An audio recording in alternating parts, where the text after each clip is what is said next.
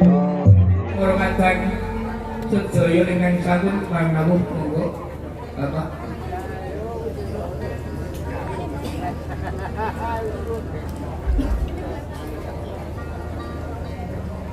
Assalamualaikum warahmatullahi wabarakatuh. Syukur alhamdulillahirabbil alamin. Monggo sareng-sareng kita aturaken dumateng Gusti Allah Subhanahu wa taala. Insyaallah sedaya warga masyarakat mboten wonten alangan singgal napa dinginipun keluarga besar Bobo Parmin tansah ginanjar kesehatan jiwa pinanjang yuswa lancar rezeki. Ing mriki sadèrèngipun pasrah hubungan saking Pak Parmin dhumateng kula. Menika Pak Parmin badhe keluari ujar. Kawit rikala semanten panjenenganipun nate ujar. Ini ujaripun menapa supados dipun aturaken Pak Parmin piyambak dipun sukseni kala rawuh ing dalu menika. Nggih Pak Bu. Monggo Pak kula aturaken dawuh ujaripun menapa panjenengan. Mulai rame nak belas tadi minat.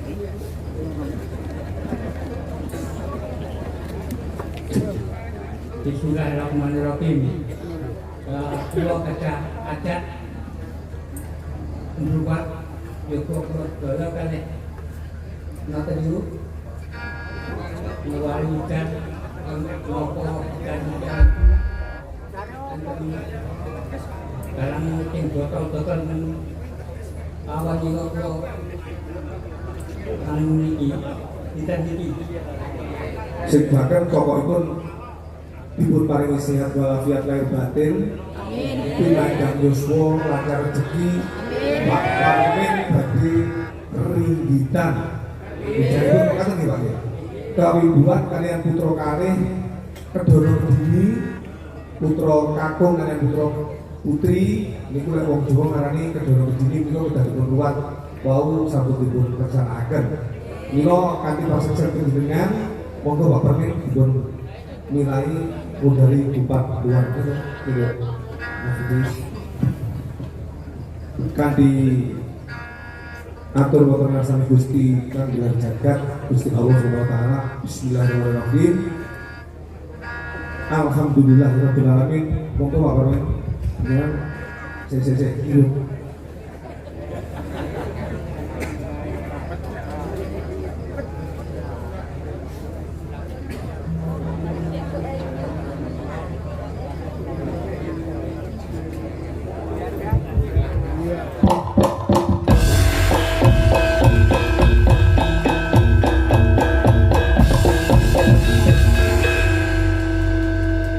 monggo sedherek salajengipun lung sampeyan putripun wayang kayon aturaken di dalam eko prisiangga kanthi ucapan Bismillahirrahmanirrahim. Monggo.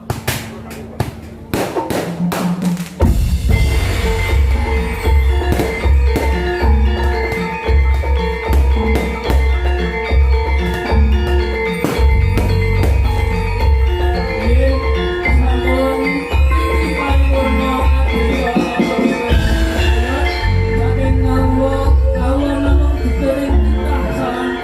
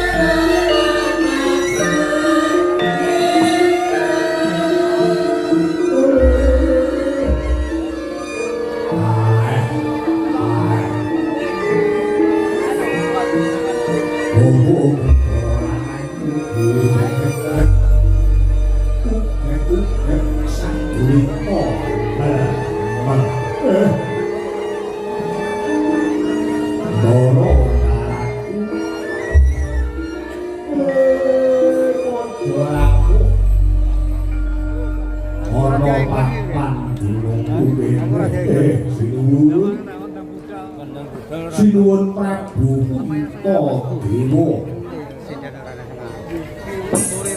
Ndara eku Udara Rajuna tuwin Ndara Remang kenging kula wastani njalur gunung Kadingaren rawuhmu boten cetha langkung yen Wis esuk nggo tas. Katase kula menika tiyang sepuh inggih minangka dados pamongmu. Ora apa? Rumaos kaget nanti rawuh paduka sinuwun Prabu Dewa lan Pandhen Pandhawa. Umpamya paduka ngepengenaken kaliyan Semar Badaraya boten kok kedah padukon. Punya apa kok nggo tas? Aku iku boten Ora nggo sitoke. ning cekap paduka nimbali kula mesti sowan wonten ngarsamu Sitoke Gusti. kae to. Mila monggo kula aturi paring dawuh. Rawuhmu Gita Eswabati satenange wonten ing Gatos Nata Sinuwun.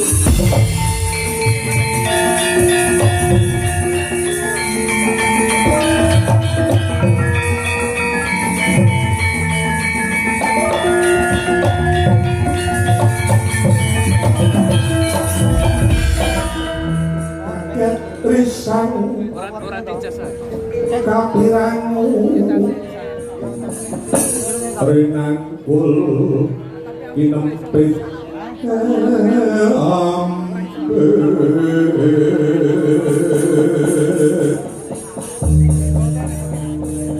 tuh sangat naning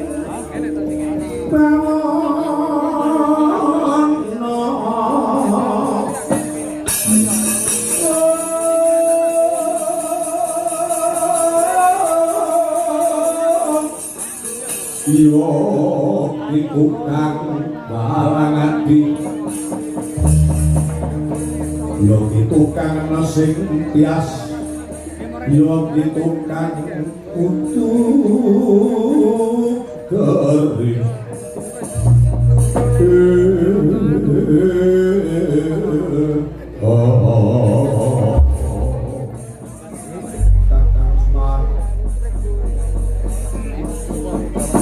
sing di pangapurane yen kok praktek ana ing kembulun tangini ndadekake supaya rusak marang kamartine kaki Badaraya awet tiket teko terus sanggap apa ingsun ora bakal tumeken komentaran kembulutan kiri ora ana bab sing banget kuwi kang kaya ngono apa sekirane kaki Badaraya bisa nampa apa kang dadi pangunek-uneke rasa turta prekatining penggalih kakang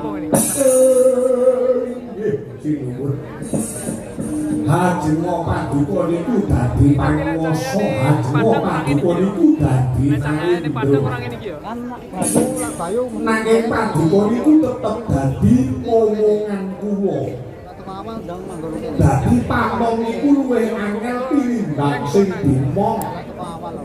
ya senadyan derajat pangkate sing dimong niku luwih dhuwur ning yen wonten padesan jam 3 ning yen wonten papan mriki paduka niku minangka dadi momongan kuwa jam 6 yen paduka ngepengenaken menapa-menapa monggo kula aturi paring dawuh dinten iki sekolahipun wonten ing Gatos Nata Sinuwun Anu kalah. Kakang Semar Kalah nabrak lampu kowe kalah. ngertenono yen ing kalungguhan iki nggone ingsun pratenono ing karang kembulutan bebarengan kaliyan Prakadang Pandhawa Bayu biyen ngene kan. ora ana liya kejaba mung sambung rateping kaliyan yo urung ngerti lokasi. Kamu ngerti. Sasmita kaning Suntompo bakal tumurun ning wahyu kang sirebut wahyu panca Iya, tunggal. mulai penting kan iso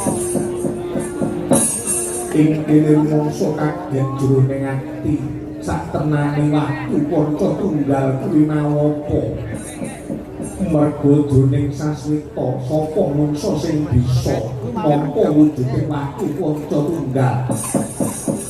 Kejaba pinardawa kamulyane pinanjang yuswa. Sapa sing bisa nampa wahyu panca tunggal bisa nampa katentreman yoga kabagyan kula kakang goreng sun temeke ana ing pangarepane Kaki Badralaya. Mergo ingsun kepengin ngerti saktengane wahyu panca tunggal kuwi apa. Mula ingsun wis rumangsa kasah ya mung Kakang Badralaya sing bisa ngerteni sejatine wahyu panca tunggal kuwi apa Kyai.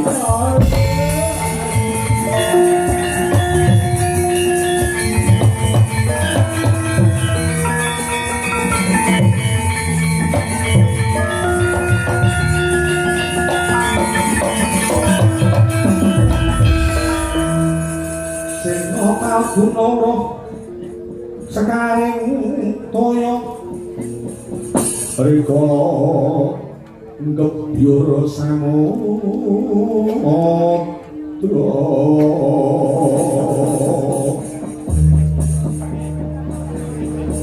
alun kula magulung gulungan lumembah penyu kumambang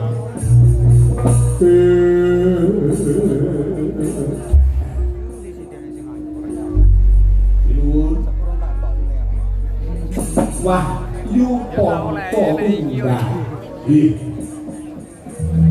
Nggih senadyan kula dhewe niku mboten weruh turta dereng ngerti satenane wahyu panca tunggal niku napa.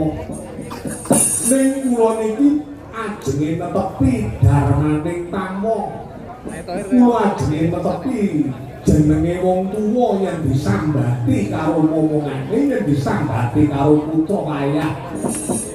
Ajenge kula bantu ning oleh kula bantu niku mboten kok saking pribadi kula niki mboten. Kula ajenge bantu sekalian paduka sedaya badhe kula suwun adil kunjuk wonten ngarsane Sang Hyang Wenang. Mila Gusti monggo sedaya kemawon kula aturi mebet wonten puncung kula niki. Badhe kula suwun adil wonten ngarsane kula Hyang Wenang. Tuh, iki duwe tripod paduka pantes minangka ora per 66 kae. tah ingkang badhe saged nampi wujuding wahyu kabagyan wahyu kawulung sinebut wahyu panca tunggal. Kula ndara Pandhawa 5 sedaya nang mlebu puncung kula mriki Gusti kaya mangkono yae esokaken baru.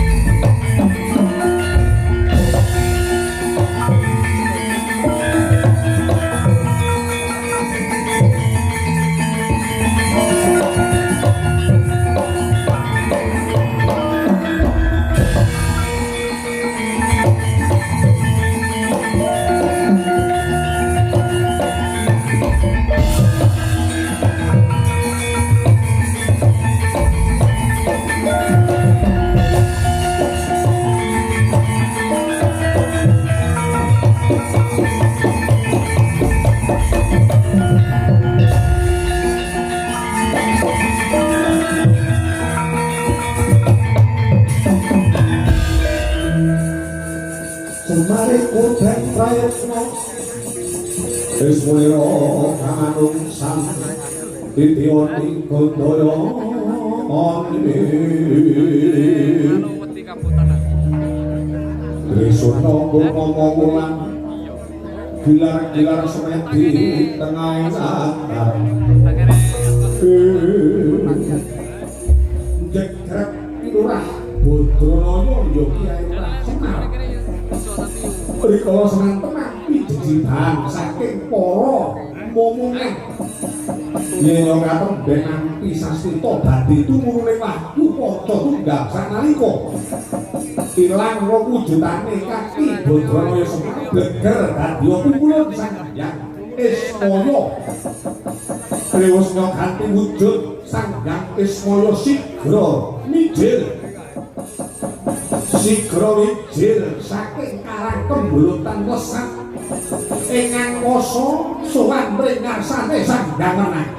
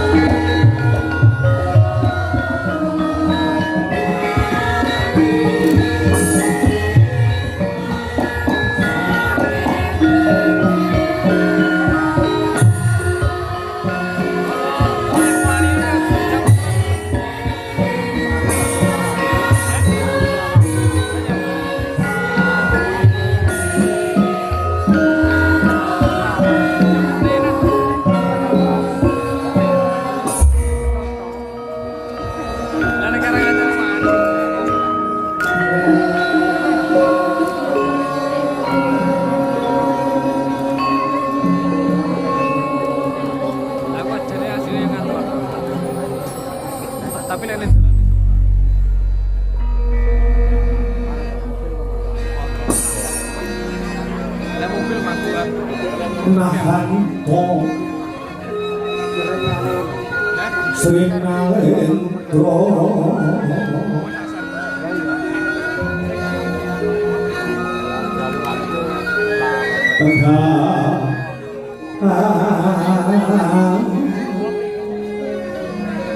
sini kok Konar bojone Rita ra ora enak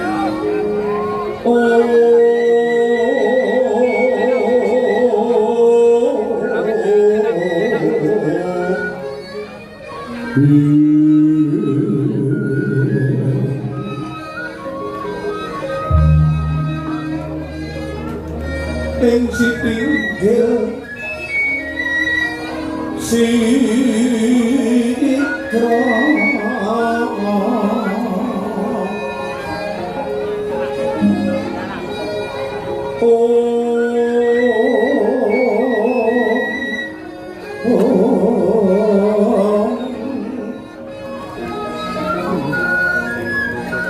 lenggah ing dampar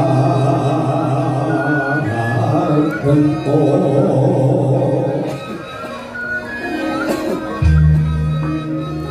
ingkang kaping witing kencana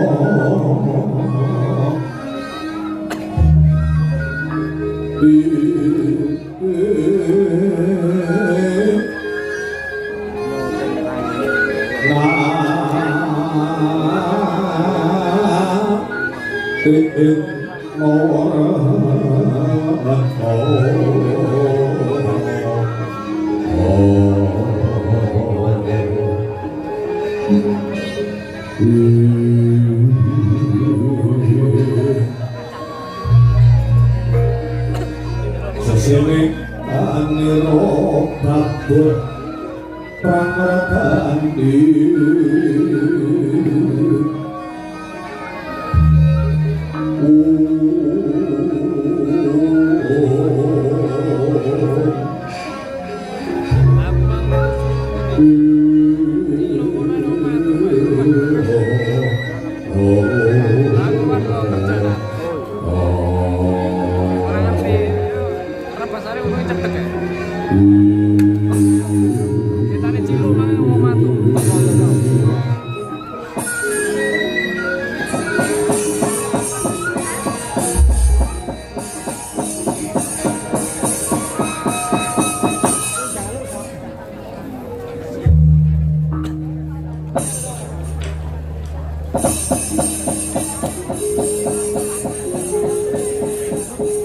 Tuk Sri Duryudana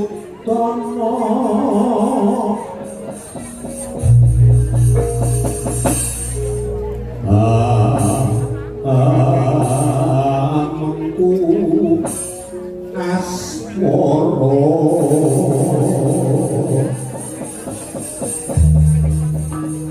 rene kang tinekta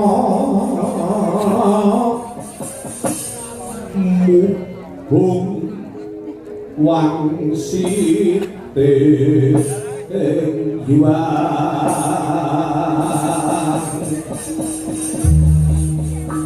kang wahyu kamulyan mring wono durya pura parasane risan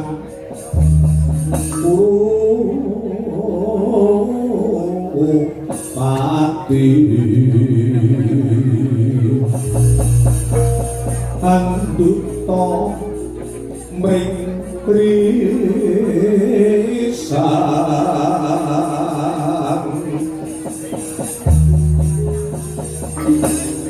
anduta mring prisan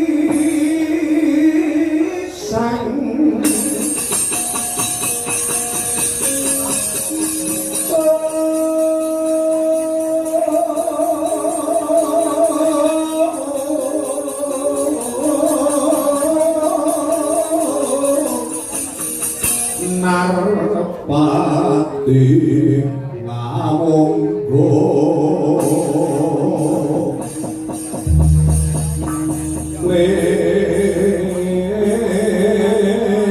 lenyo durna manapro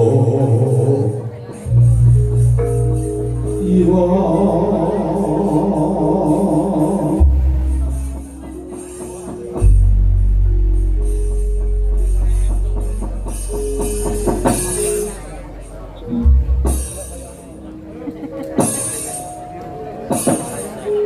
Iwangati mugi mayungono sagung dumadi nuwun Bopo Paman Durna Kakang Narpati Basumarmo kuwi Paman Haryo Sangguni Sawuh nganti kodring sawetawis kangling wonten singgil Prajastina kejawi ngaturaken pambagya Basuki rajaning papan kula ngaturaken pasahan para krami mawan tuwan pungkur duka sadhak wadha jenengan mriku Urung enek.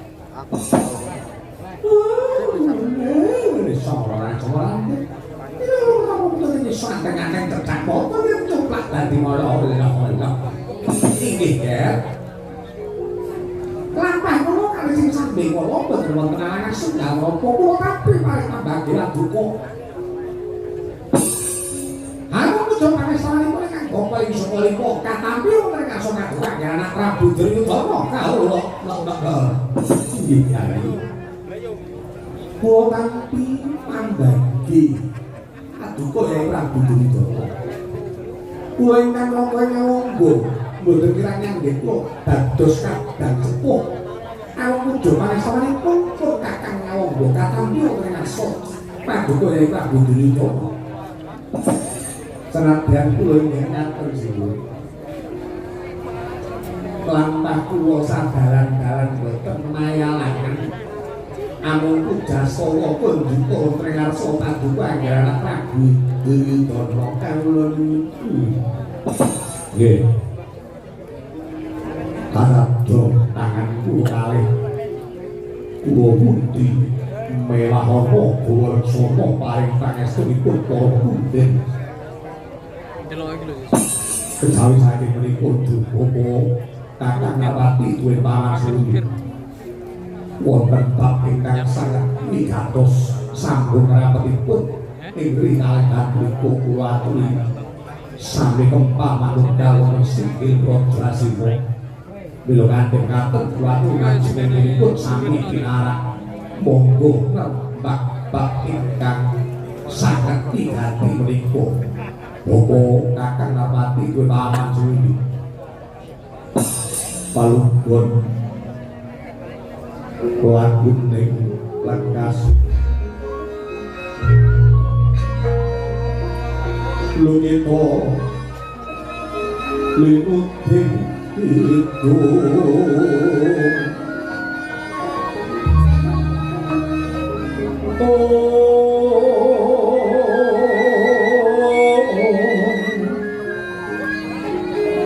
kadung kaderen momo Tolong aku ketuk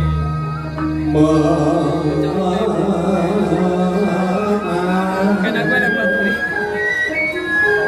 Mun manah rahayu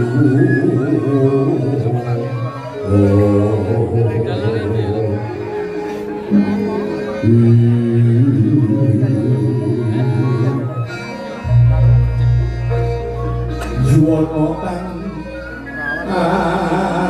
agolong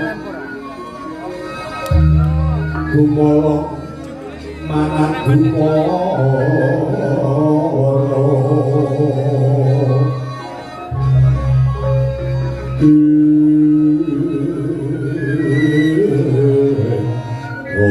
Wis barangane cahayane Cemoro to.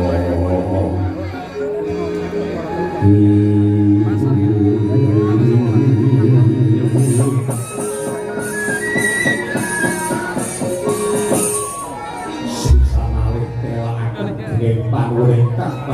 pindah dening para pisepuh aji sepuh sesepuh negari sampun kepareng rawuh wonten singgil Raja Asima kula pitados anggenipun sami kempal menika bebetipun minangkani menapa kang dados panglungguh mila dumaka kakang Larwati duwe paman Harya Sangguni sedaya kemawon badhe kula aturi sambung rapetipun anggenipun sami kempal wonten singgil raja mliginipun bapa kawan durna bapa kula menika rumaos bingung ing kalangan punika rumaos prihatos jalaran wonten bab ingkang sanget ganjel tumrap pribadi kula kula pitados sampun jrantika bapa kawan durna ingkang saged ngudari ruwet tumrap pribadi kula Pasang timbal,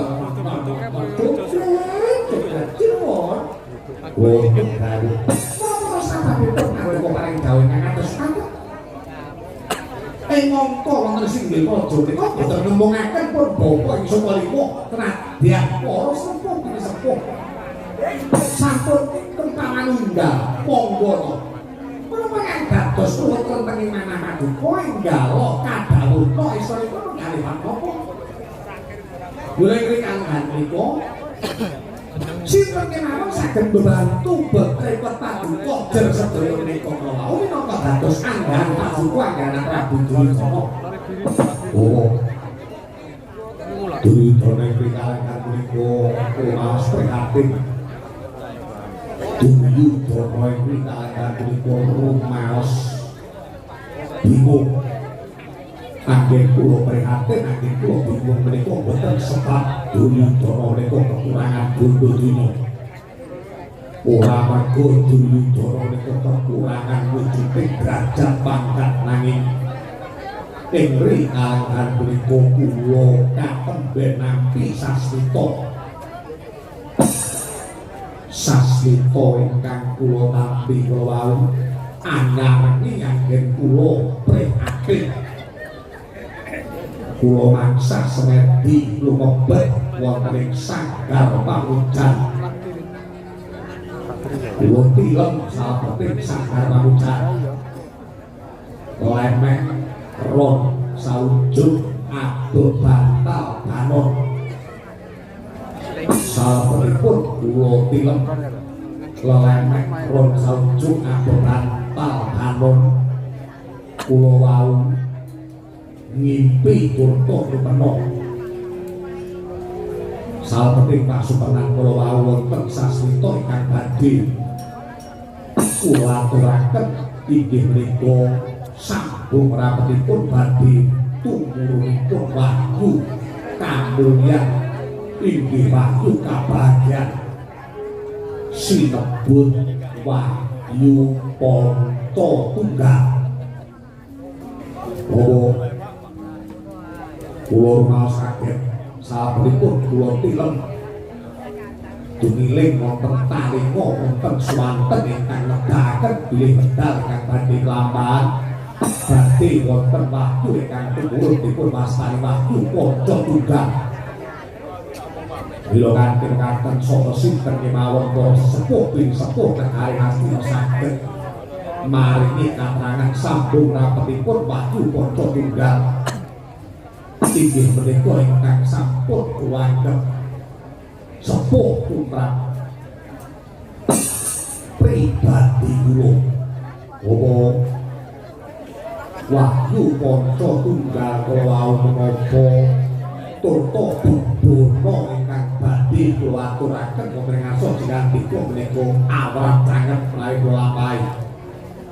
Kula sadèrèngipun wahyu ponco tunggal ginakaken bubono kula langkung rumiyin nyuwun iku pratikel jinandika ponco tunggal menika menapa bapa kawan durna. Kontak utamane katon dan nyoker tateng budaya enak ing dasing dasi kang samyo praldoing kayun kalin drambek merek tomo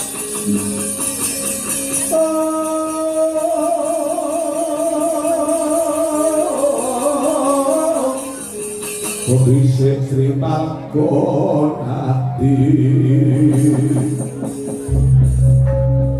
Parang gelung prajaniro Mangkuno tosiro Prabu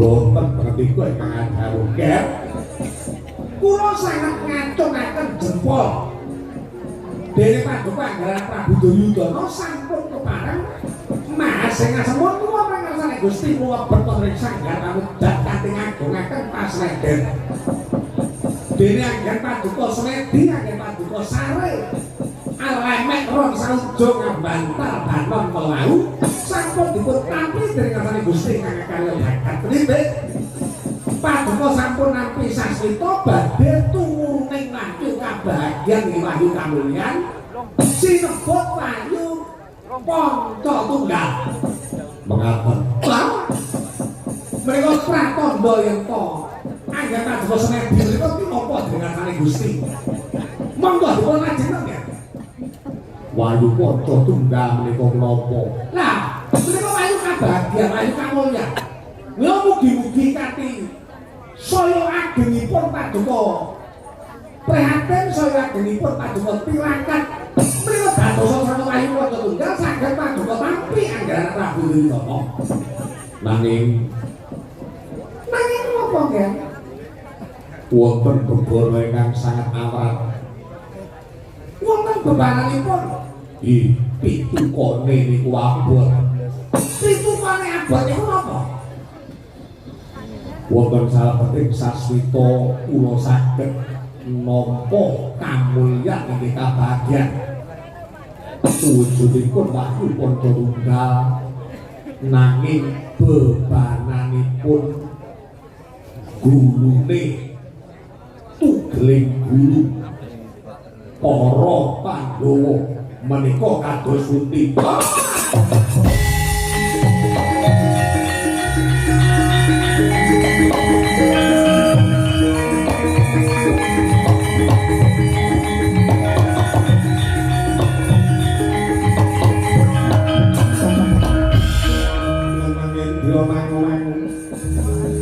mangun kanduan lemang leleno tanpa kanen mengko sang diahutung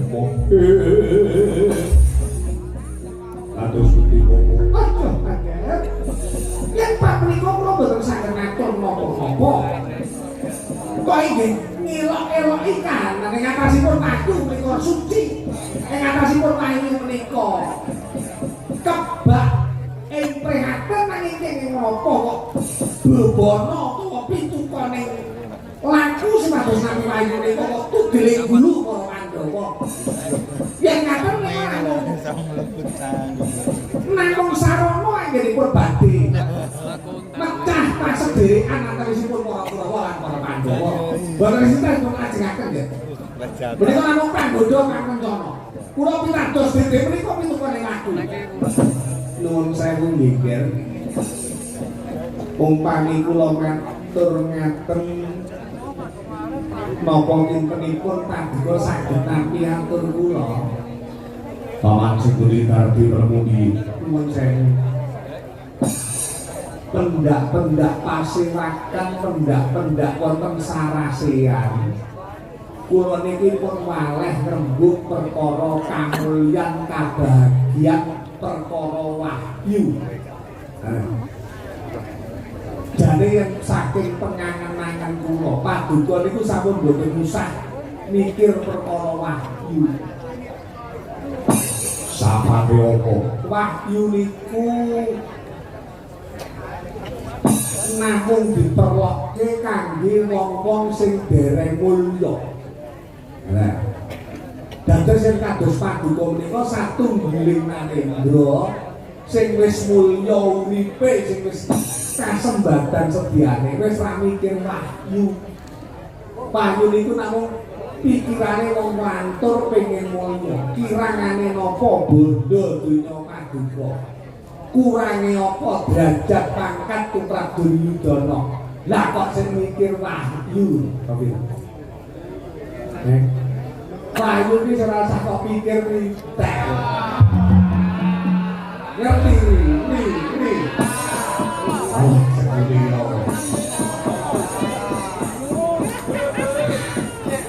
Gak saat ini mikir lihat nih.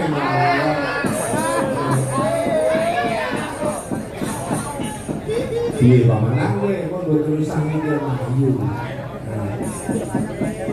Jadi tembung wahyu itu kan itu aku ngerti. Wahyu itu tembung kangge para pedagang. Ora jenenge umpamane dagangane laris lah. Kae lho bakul bawang kae kok laris banget ya. Wah, nomo wahyu. Wahyu niku saka tembung wah ayu. Kae bakul bawang kae kok wahyu, wah ayu. Mula nampa wahyu. Lah paduka niku pun mulya wis penak uripe. Golek wahyu. Dik mongko wong ning dunya niku diajeni lan ora niku gumantung derajat pangkat bondo dunya.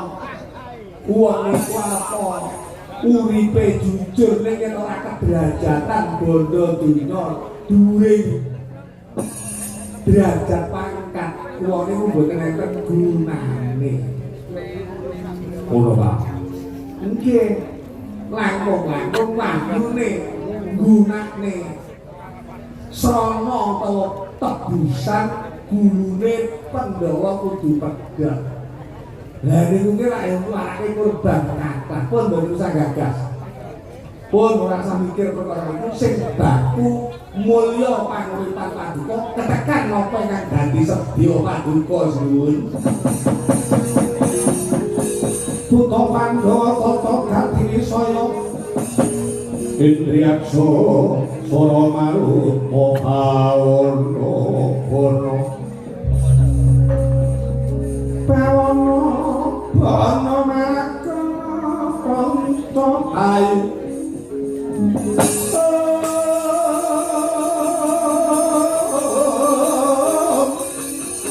Wisi anakku lingan limo Konco Ayu Konco Ayu Wisikan Maku Lingan limo Wah, ini pertolongan Terus kepada sembunyi Angat demedem Penggalih Sang Prabu Duryudana Tidem tanono kang samyanya bawa kedatak keterpagaran Jawi Ono satu giling Narendra niat kang samya sumewa munggah singgih praja Galiah lampaira kaget raosipun kalih Sang Prabu Duryudana